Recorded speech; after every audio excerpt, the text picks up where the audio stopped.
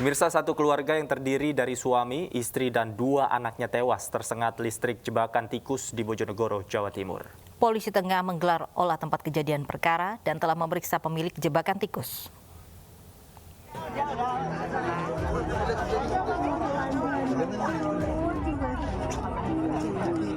Inilah suasana saat warga mengevakuasi jenazah 4 orang yang masih satu keluarga di Desa Tambahrejo, Kecamatan Kanor, Bojonegoro, Jawa Timur. Korban adalah Pasutri Parno dan Riswati, serta 2 anak mereka, Jayadi dan Arifin. Mereka tewas tersengat listrik jebakan tikus saat tengah mengawiri sawah. Sementara jebakan tikus yang merenggut nyawa mereka adalah milik tetangga yang kabelnya melintasi sawah korban. Kemungkinan malam kemungkinan. Lah, waktu gelap itu kan berangkatnya sore, masih sore. Gelap itu apa Pak ya? Mbak Nyuni ngairi Lombok. Waktu ditemukannya kesetrum gitu Pak. Sudah tergitelak semua empat-empatnya. Polisi telah memeriksa dan meminta keterangan pemilik jebakan tikus. Keempat korban kemudian dimakamkan secara bersama di pemakaman umum desa setempat. Dari Bojonegoro, Jawa Timur, Dedi Mahdi, iNews melaporkan. Alat deteksi COVID-19 melalui embusan nafas Genos yang dikembangkan peneliti UGM Yogyakarta sudah memasuki tahap uji diagnostik. Ditargetkan Genos akan bisa diproduksi secara massal pada akhir November 2020.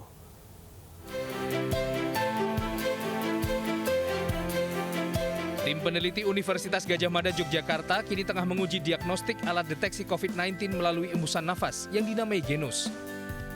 Alat ini kini tengah diuji di 9 rumah sakit di Yogyakarta. Tim juga telah memaparkan alat dan perkembangan penelitian kepada Gubernur DIY Sri Sultan Hamengkubuwono X sekaligus meminta restu dan dukungan. Sultan juga berkesempatan menjajal alat produksi peneliti UGM ini. Cara kerja Genos adalah dengan mengidentifikasi sampel nafas yang diambil melalui sensor-sensor yang kemudian datanya akan diolah dengan bantuan kecerdasan artifisial untuk deteksi COVID-19. Genos diklaim mampu memberi hasil yang lebih cepat dan akurat daripada metode rapid test yang digunakan selama ini. Alat ini sebelumnya juga telah melalui uji profiling dengan menggunakan 600 sampel data valid dan menunjukkan tingkat akurasi tinggi. Bila semua tahapan uji berjalan lancar, ditargetkan alat ini dapat diproduksi massal pada pertengahan atau akhir November 2020 mendatang. Dari Yogyakarta, Heru Trijoko, iNews melaporkan. Seperti apa cara kerja Genos ini? Kita sudah bergabung dengan rekan Anissa Rizkia di Fakultas Kedokteran Universitas Gadjah Mada Yogyakarta. Anissa, masih ada berapa tahapan lagi yang harus dilalui hingga Genos bisa digunakan sesuai rencana akhir November? Davi dan juga Lovi, memang betul saat ini saat saya berada di gedung Universitas Gadjah Mada Yogyakarta, di mana untuk mengetahui cara kerja dari alat Genos, yakni alat pendeteksi COVID-19 ini, saya akan langsung berbincang dengan salah satu anggota dari tim peneliti Universitas Gadjah Mada, di mana memang untuk tahap yang sudah dilalui, yakni tahap pertama atau tahap validasi atau profiling itu pada bulan April hingga Oktober sudah selesai, dan saat ini masuk ke tahap kedua, yakni nantinya akan langsung dijelaskan oleh Dr. Dian pada siang hari ini. Apa kabar dokter? Alhamdulillah, baik, sehat. Nah dokter, bagaimana ini cara kerja dari Genos ini sendiri? Jadi prinsipnya alat ini kan mendeteksi keberadaan COVID-19 atau virus SARS-CoV-2-nya lewat hembusan nafas. Kok bisa begitu? Apa yang dideteksi? Yang dideteksi adalah senyawa hasil metabolisme virus itu selama virus itu hidup di orofaring dan nasofaring di kita. Jadi tandanya suatu makhluk hidup ada itu salah satu penandanya selain keberadaan partikelnya yang memang dideteksi lewat PCR. Maka yang kedua adalah kita bisa mendeteksi lewat keberadaan hasil metabolismenya. Nah, itu yang kita sebut senyawa VOC atau volatile organic compound. Nah, senyawa VOC itu ditangkap oleh mesin, kemudian mesin itu apa yang menangkap itu adalah sensor-sensor khusus yang secara spesifik kapasitas listriknya atau aliran listriknya itu berubah setelah menangkap hasil metabolisme VOC itu. Nah, hasil pola dari senyawa VOC itu yang dipetakan lewat sensor itu, yang ditangkap polanya secara spesifik menggambarkan keberadaan virus SARS-CoV-2 yang ada di faring dari pasien itu. Gitu kira-kira secara mudah. Nah, untuk mendapatkan hasilnya itu berapa lama, Dok? Kita misalnya setelah melakukan uji tesnya seperti itu, keluar negatif atau positifnya pasien tersebut dari COVID-19? Waktu validasi kami dulu masih 10 menit. Sekarang alhamdulillah sudah makin cepat, terakhir 8 menit, dan sekarang saat ini alhamdulillah bisa di bawah 2 menit. Beberapa kemarin uji coba bisa 80 detik, tapi 80 detik itu hitungan semenjak nafasnya disedot sampai keluar hasil ya. Kadang-kadang kan kita harus menghitung lama pasien mulai dari mengambil nafasnya, tapi kurang lebih di bawah 2 menit lah. Di bawah 2 menit ya. Uji kalibrasinya ini sudah dilakukan di mana saja, Dok? Kalau uji kalibrasi kemarin di Rumah Sakit Bayangkara, Polda DIY, sama satu lagi di Rumah Sakit Lapangan Khusus COVID Bantul di DIY. Nah, itu uji kalibrasinya. Tapi nanti kalau uji diagnostik, insya Allah di 9 rumah sakit, termasuk yang utama Rumah Sakit Sarjito, kemudian Rumah Sakit Akademik UGM, 2 rumah sakit yang pertama awal juga ikut di uji diagnostik lagi, kemudian Harjo Lukito RSPAU, setelah itu Rumah Sakit Tentara Sutarto, Jogja sama Magelang, kemudian Rumah Sakit Bayangkara tingkat 1 di Jakarta, kemudian nanti ada Rumah Sakit Saiful Anwar di Malang, sama beberapa ada lagi yang juga ingin mengajukan, tapi nanti kita lihat jumlah mesin kita cukup apa enggak dulu. Begitu. Ini melihat dari inovasi yang diciptakan oleh tim penelitian Universitas Gadjah Mada ini, apa keunggulan dari genus alat pendeteksi COVID-19 ini sih, Dok? Sebenarnya kita bisa bersanding bersama-sama, hanya di sini memang keunggulannya adalah kecepatannya. Kalau rapid antibody, pemeriksaan rapid test itu membutuhkan waktu, ada timing interval 5-7 hari antara semenjak terinfeksi dengan munculnya antibody. Kalau PCR juga membutuhkan waktu yang cukup lama, misalnya setelah diambil kurang lebih sekarang yang tercepat di Jakarta 4-6 jam. Kalau alat ini kan cukup tadi 3 menit saja. Jadi dalam hal kecepatan kurang dari 3 menit. Kalau masalah akurasi, kita sekarang masih baru bisa memastikan kalau sudah uji diagnostik. Baru dari situ kita bisa bicara apakah akurasinya comparable atau bisa dibandingkan dengan PCR maupun rapid test. Begitu. Terima kasih Dr. Dian atas penjelasannya. Ya, semoga dengan adanya tadi masuk ke tahap uji diagnostik ini dapat dilancarkan dan semoga dapat segera dicetak ataupun dibuat secara massal begitu ya, Dokter ya. Baik, demikian laporan sementara dari Yogyakarta. Kembali kepada Lofi dan juga Davi yang ada di studio. Baik, terima kasih Anissa Rizkia melaporkan langsung dari UGM Yogyakarta. Uji klinis vaksin COVID-19 sudah memasuki tahapan final. Bila sesuai target, vaksin yang tengah diuji oleh Bio Farma akan dapat disuntikan pada pertengahan Oktober hingga awal November mendatang.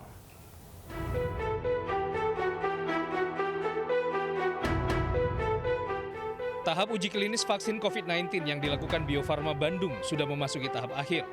Setelah melakukan uji coba pada relawan, termasuk Gubernur Jawa Barat Ridwan Kamil, kini tim tengah mengumpulkan data dan hasil uji coba sebelum informasinya disampaikan pada publik. Bila tahapan berlangsung tanpa kendala, rencananya pertengahan Oktober atau awal November mendatang, vaksin akan bisa disuntikan pada masyarakat. Sementara pemerintah memastikan 30 juta dosis vaksin COVID-19 akan diterima Indonesia pada kuartal 4 tahun ini. Vaksin tersebut berasal dari beberapa pabrikan vaksin dunia. Di antaranya Sinovac yang akan mengirimkan 1,5 juta dosis vaksin di minggu pertama November dan jumlah yang sama di minggu pertama Desember. Sementara Sinopharm akan mengirimkan 5 juta dosis vaksin di bulan November. Sinopharm akan mengirimkan total 15 juta dosis vaksin ke Indonesia. Sedangkan CanSino akan mengirimkan 100.000 dosis vaksin di bulan November, yang diikuti 20 juta dosis vaksin di tahun 2021 mendatang. Jadi pengadaan vaksin sampai dengan November sampai dengan kuartal keempat itu disiapkan 271,3 juta dan tahun ini diharapkan 30 juta, di mana itu berasal dari salah satu CanSino, Sinovac, kemudian juga Sinopharm dan AstraZeneca. Penyuntikan vaksin sangat bermanfaat bagi masyarakat. Di antaranya karena setiap tahun 2 hingga 3 juta orang di seluruh dunia terselamatkan dari penyakit berbahaya setelah disuntik vaksin. Vaksin juga membentuk kekebalan tubuh lebih cepat dan efektif.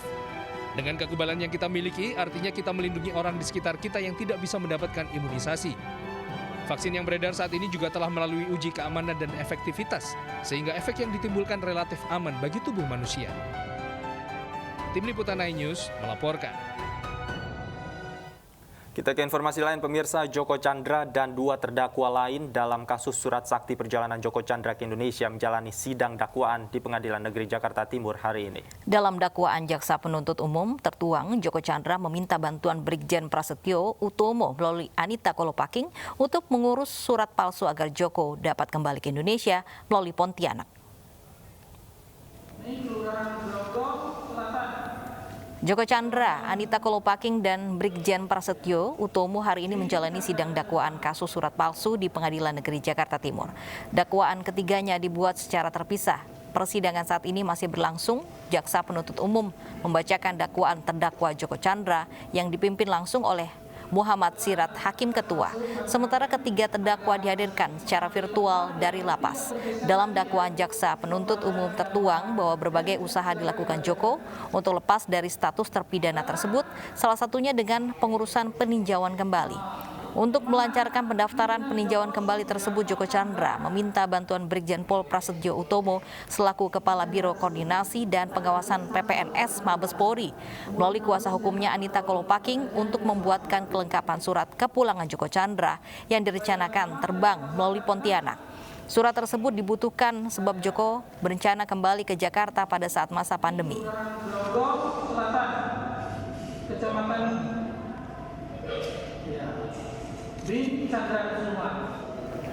Majelis Hakim memvonis 4 terdakwa kasus Jiwasraya dengan hukuman pidana penjara seumur hidup. Akibat perbuatan terdakwa, negara mengalami kerugian mencapai 16,8 triliun rupiah.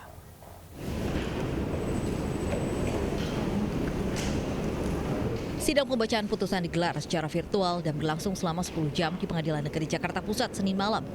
4 terdakwa dihadirkan secara virtual, sedangkan Majelis Hakim dan Jaksa Penuntut Umum hadir di ruang sidang. Terdakwa Hari Prasetyo dijatuhi hukuman pidana penjara seumur hidup. Putusan ini sesuai dengan tuntutan JPU. Terdakwa kedua Henrisman Rahim, Direktur Utama PT AJS, diadili pidana penjara seumur hidup. Putusan ini lebih tinggi dari tuntutan JPU yang menuntut pidana 20 tahun penjara. Terdakwa ketiga, Syah Mirwan, mantan Kepala Divisi Investasi dan Keuangan PT AJS, dijatuhi hukuman penjara 20 tahun. Putusan ini lebih tinggi dibandingkan tuntutan JPU yang menuntut 18 tahun penjara. Sedangkan yang terdakwa terakhir, Joko Hartono Tirto, Direktur PT Maxima Integra, dijatuhi hukuman pidana penjara seumur hidup. Putusan ini sesuai dengan tuntutan JPU beberapa waktu lalu. Begitu terdakwa dengan Jakarta Pusat yang mengadili perkara pidana dengan acara pemeriksaan biasa dalam tingkat pertama menjatuhkan putusan sebagai berikut dalam perkara terdakwa nama lengkap Hari Prasetyo MPR, tempat lahir Cimahi, umur tanggal lahir 50 tahun. Akibat perbuatan terdakwa, negara mengalami kerugian mencapai 16,8 triliun rupiah. Sidang putusan Jiwasraya pun tetap digelar sesuai jadwal meski di tengah pandemi COVID-19. Dari Jakarta, Tisa Amora, Bagus Prasetya Adi, Abdul Aziz, iNews melaporkan. Bioskop di Jakarta diizinkan untuk operasional kembali, namun beberapa bioskop belum bersedia. Kenapa alasannya? iNews yang akan kembali dengan informasinya sesaat lagi.